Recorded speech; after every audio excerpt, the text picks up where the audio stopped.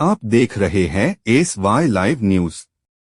Ration card देश के सबसे पुराने पहचान पत्र में से एक है। सरकारी स्कीम और राशन के लिए राशन कार्ड एक जरूरी दस्तावेज है।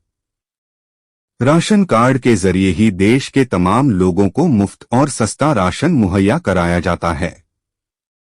भारतीय नागरिकों के इस पहचान पत्र से जुड़ी एक बड़ी खबर आई है। राष्ट्रीय खाद्य सुरक्षा अधिनियम NFSA के मुताबिक राशन कार्ड की eKYC कराना जरूरी है।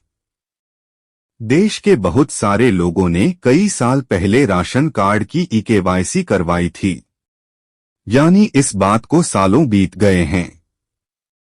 नियम के मुताबिक हर 5 साल में राशन कार्ड की eKYC करवाना जरूरी है, जिसे देखते हुए मुमरा विभाग के राशन अधिकारी रोहित मालकर ने एक संवाददाता सम्मेलन में बताया कि राशन कार्ड eKYC दुकानदार से या ऑनलाइन करना अनिवार्य है।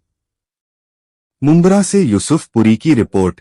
देखो, बहुत से लोग यहाँ पे जो है अनाज लेते हैं, लेकिन आदमी गुजर जाने के बाद या शादी होने के बाद चले जाते हैं दूसरी जगह, लेकिन रेशन कार्ड से नाम नहीं कटवाते हैं। इसके लिए गवर्नमेंट ने उनकी यहाँ पे ही रहते हैं पहचान होने के लिए गवर्नमेंट ने eKYC करना जरूरी रखा है।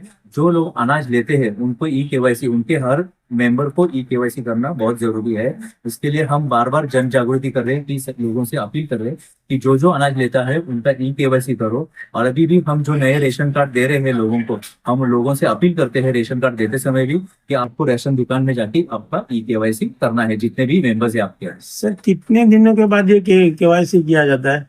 आपका नाम जैसे ही मशीन में आ जाता है हमारे ePOS मशीन में, तो तुरंत आपको eKYC करना जरूरी है। हर लोगों को बोला है कि अगर कोई राशन दुकानदार आपका eKYC नहीं करता तो मुझे फोन करो। मेरे मोबाइल नंबर पे आप कभी भी मुझे कांटेक्ट कर सकते हो। और जितने भी लोगों मुझे कॉल करते हैं तो उनका मैं तुरंत समाधान करता हूँ।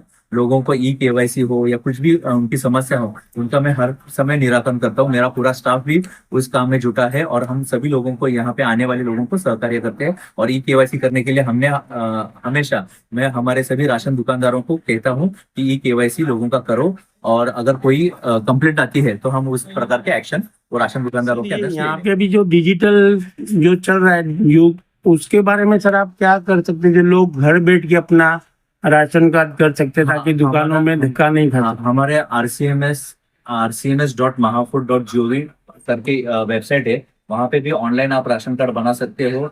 यहाँ पे ऑनलाइन में आप जब ये करते हैं तो उसके साथ आपको आपका जो एड्रेस प्रूफ, आइडेंटिटी प्रूफ, ये डॉक्यूमेंट्स आपको उसके ऊपर अपलोड करना है। और तुरंत हम 3 दिन में आपका जो फॉर्म है वो वेरीफाई कर। इसके लिए क्या क्या डॉक्यूमेंट्स?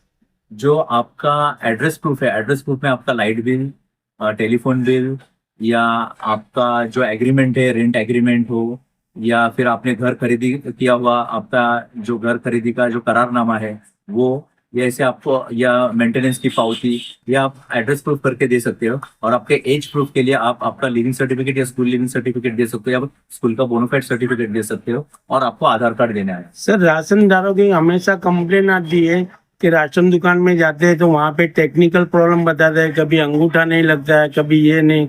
तो इस तरीके से प्रॉब्लम को क्या कहना है? अभी क्या होता है कि हमारा जो है वो डेटा माइग्रेशन का काम चालू है। डेटा माइग्रेशन होने के कारण कभी कभी हमारे सर्वर डाउन होते हैं, तो इसमें दिक्कत आती है। और लेकिन मैं लोगों से भी अपील करूंगा कि आपको भी हर 6 साल में एक बार आधार कार्ड अपडेट करना चाहिए। अगर आपका आधार कार्ड अपडेट होगा तो आपको अंगूठा देने में कोई प्रॉब्लम नहीं आएगी, तो फिर आपके जो एरर है वो कभी नहीं आएगा। सर, कितने दिन में ये प्रोसेस हो जाता है?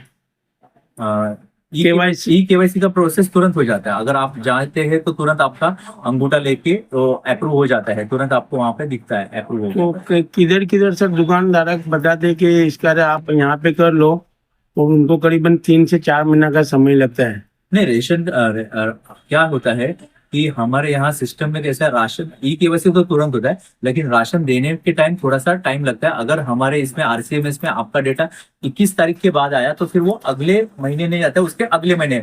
यानी अगर आपका डेटा हम लोग ने अभी 21 मई को अगर क्लियर किया तो आपका नाम ePOS मशीन में 1 जुलाई को आ जाएगा। जो राशन नहीं लेते हैं तो 3 महीने के अगर आप राशन नहीं लेते तो आपका कार्ड एनईआर में चला जाता है, सस्पेंशन में चला जाता है। और फिर जो नए नंबर रहते हैं उनको आगे किया जाता है।